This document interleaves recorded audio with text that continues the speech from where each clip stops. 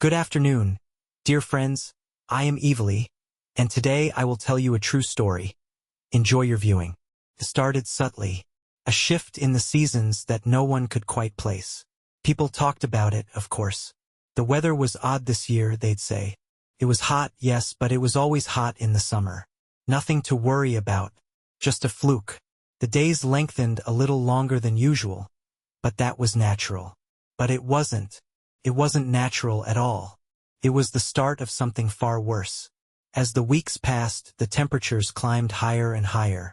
They whispered about it on the news. The heat was unprecedented. The temperatures were reaching new highs every day, breaking records that had held for over a century.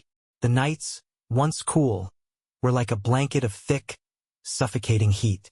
People found themselves unable to sleep, tossing and turning in the oppressive warmth. Fans broke down, air conditioners sputtered to a halt, and the very air itself felt as though it were pressing down on humanity. Then it happened. The sun, once a bright, yellow orb in the sky, began to burn fiercer, angrier. It wasn't just the summer heat. It felt as though the sun itself was punishing the earth. But no one could explain why. The scientists were stumped. They said there was no reason for the temperature spike. Solar flares? Yes, there had been some, but not to this degree. And yet, the world baked. A strange phenomenon occurred. Time seemed to stretch. The calendar showed the summer solstice, but nothing changed. The weeks turned into months, yet the summer heat remained. People began to notice that their seasons no longer shifted. Spring never came, autumn was a distant memory, and the winter, once so cold and relentless, was no more. It was just summer, and it never ended. Panic set in. At first, it was subtle. Water shortages appeared here and there. Farmers noted that crops were not growing as they should. The leaves of trees turned brittle, curling at the edges.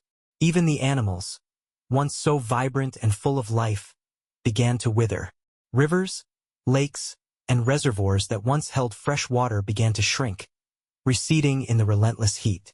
What was once a bright blue lake now resembled a shallow puddle, with cracked earth stretching out in every direction. As the summer dragged on, the world itself seemed to be suffocating under the heat. The air grew thick and stifling, the sun a never-ending presence in the sky. Day after day, the temperature climbed higher, 116 degrees Fahrenheit, then 118 degrees Fahrenheit, 120 degrees Fahrenheit, and beyond. People began to stay indoors, barricading themselves in air-conditioned homes. But even that couldn't protect them from the creeping madness of the heat. The desperation began. Desperate governments scrambled to find solutions. Water rations were put in place, but it wasn't enough. The rivers dried up, the aquifers were depleted, and the reservoirs that once held fresh water were little more than cracked beds of dust. Every attempt to save the world failed. Desperate scientists designed elaborate machines to pull water from the atmosphere, but the technology couldn't keep up with the constant evaporation. The world was shrinking. Civilization was withering. It wasn't just the water that was disappearing. Plants withered first. The lush greenery that once carpeted the earth shriveled and died, leaving behind fields of dry, cracked earth. Crops failed. The Great Plains, once teeming with wheat and corn, were now nothing more than barren wastelands. It wasn't just nature that suffered. People began to change, too. As the days dragged on, a sense of madness spread through humanity. The heat made people irritable, paranoid, desperate. Families turned on each other, stealing what little water and food remained. Fights broke out in the streets. People hoarded what they could, hiding away in dark, air-conditioned homes, and growing increasingly disconnected from the world outside. Still, the summer refused to end. In the cities, the sky was a sickly shade of yellow, the air thick with a haze that never lifted. The sun never dipped below the horizon. It hovered, a constant, searing presence. There were no stars at night, just the unyielding glow of an angry sky. People began to hallucinate. They spoke of hearing whispers in the heat, voices calling from the air itself, warning of something far worse. But no one knew what that something was. The once vibrant cities became ghost towns. The streets were empty, save for the occasional figure wandering through, their eyes hollow with thirst and hunger. Power outages became more common, and without electricity, the infrastructure that held society together slowly began to crumble. There was no escape. People tried to flee to the mountains, to the north, to the poles, but no matter where they went, the heat followed. It was everywhere. The artificial structures they built, water condensers, cooling stations, and air purifiers, became desperate last-ditch efforts to hold onto a dying world. They worked for a time, but they were never enough. The heat was too much, the sun too strong. People would crowd into makeshift cooling centers, each one growing more desperate by the day. As the weeks wore on, more and more of the population died. The elderly, the sick, the young. Anyone too weak to survive the heat perished. And yet, still, the sun refused to set. What was once the vibrant pulse of humanity, the hustle of city life, the laughter of children, the rhythm of work, was replaced by an eerie silence. With no crops to harvest, no fields to tend, the economy ground to a halt.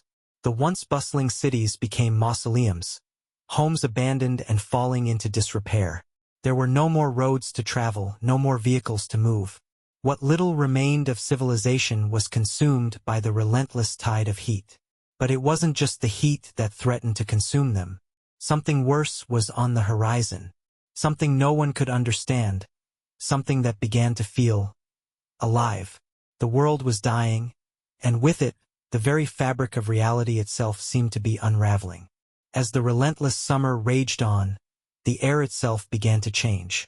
It wasn't just heat anymore. It became thick, viscous, like the very atmosphere was boiling alive, pressing down on the earth with an invisible hand. People's skin began to burn just from being outside for minutes. The air shimmered in waves, distorting everything in its path. The world no longer felt real. It felt like a fever dream, a nightmare without an end. The horrors that unfolded were not just of the physical world, but something deeper, darker. The few remaining survivors clung to the fragments of civilization that still stood. They turned to the last remaining resources, artificial water supplies, powered by the few remaining energy sources. But they couldn't last. As the days dragged on, those too started to fail. One by one, the water supply stations began to crack under the pressure of constant use. The machines, so carefully engineered, could not withstand the relentless onslaught of the sun. First, it was the southern stations, too close to the equator where the heat was unbearable. Their cooling systems malfunctioned, and within days, their reservoirs were nothing but dry, empty shells. Desperate crowds descended upon the remaining supplies, but it was all in vain. There wasn't enough to go around. As cities turned into ghost towns, people retreated further into the ruins, seeking shelter wherever they could find it. But the shelters, too, were not safe. The heat tore through everything. Metal warped, concrete cracked, and the very foundations of human society crumbled. The artificial structures that were supposed to protect them became tombs, each one slowly baking in the unrelenting heat. There was no respite. The few remaining crops had died long ago, and now there was nothing left to feed humanity. Even the animals, which had once roamed freely, had either fled or succumbed to the heat. Those who still lived were too weak to survive much longer. Bodies piled up in the streets, but no one had the strength to bury them. The stench of death was everywhere, a constant reminder of the end. It wasn't just the heat that had changed the world. It was something worse. The land itself was beginning to warp. The ground cracked and split open as if the earth itself was trying to shake off the weight of the burning sun. Earthquakes rumbled in the distance, shaking the fragile structures that still stood. The fires that had been sparked by the heat had long since merged into infernos, consuming everything in their path. Forests, cities, and even the oceans themselves seemed to burn with an unholy fury. The sea levels receded, evaporating into the air as the heat dried them up. What had once been a world of blue and green had turned into a barren, scorched wasteland. Yet still, the sun did not relent. The last remaining scientists, holed up in underground bunkers, began to uncover a terrifying truth. They had thought the sun was simply behaving erratically, but what they discovered was far worse. The sun, the source of life for this planet, was dying. Slowly, it was being consumed by something far darker, something that came from the depths of space. A force that had reached into the solar system and was now dragging the sun into a blackened, decaying state. But this wasn't a natural process. The sun's death was an unnatural event, something caused by forces beyond human comprehension. Whatever it was not just consuming the sun, it was consuming everything in its path, and it would not stop until the entire solar system was reduced to ash. The scientists tried to warn the others.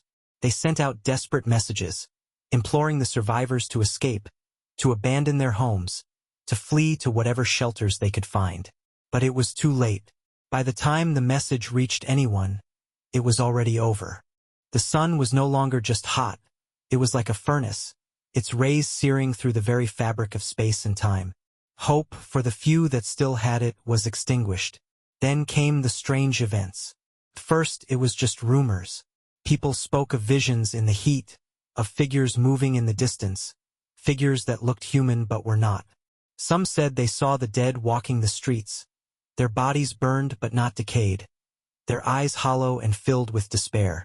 Others spoke of hearing strange voices in the wind, whispers that promised an end worse than the heat itself. And in the deepest, most isolated corners of the earth, there were reports of entire cities swallowed by flames, vanishing without a trace. No one could explain it. No one could understand it. The cracks in the earth grew wider, and soon it wasn't just the surface that was affected. Underground tunnels, once thought secure, began to collapse. The skies, once blue, were now blackened by smoke, the air thick with soot. But the fires weren't just on the ground, they were in the sky. Some said the very clouds were burning, their edges aflame with unholy fire. There was no rain, no cooling relief, just the ever-present heat, ever-present and ever-growing. By now, the population had dwindled to nothing. What remained of humanity, scattered across the wastelands, fought each day just to survive. But even they knew it was pointless. The earth was dying, and with it they would too. There was no place left to hide. The fire that had consumed the land was now consuming the very air itself. Those who had once clung to life with all their might were now succumbing to the inferno, their bodies reduced to ash before they could even scream. Then, in one final, horrific moment, the last water source, what little remained of the world's rivers, ran dry. The final agony was swift. The fires consumed the last remnants of civilization, leaving only charred bones and ashen remains. The ground cracked, the air burned, and the sky turned to a hellish red as the sun's fury reached its peak. What was once life was no more, and the world finally was silent. As the last ember of fire flickered out, there was nothing left but an empty, scorched earth. The summer had never ended. The sun had never set. And so, the final scream of humanity was swallowed by the endless, unrelenting heat. It was the end of all things, a death not just of the body, but of the world itself. This is how hell was described. Thank you for watching. Support me with a like and a subscribe. Thank you. See you in another video. Bye.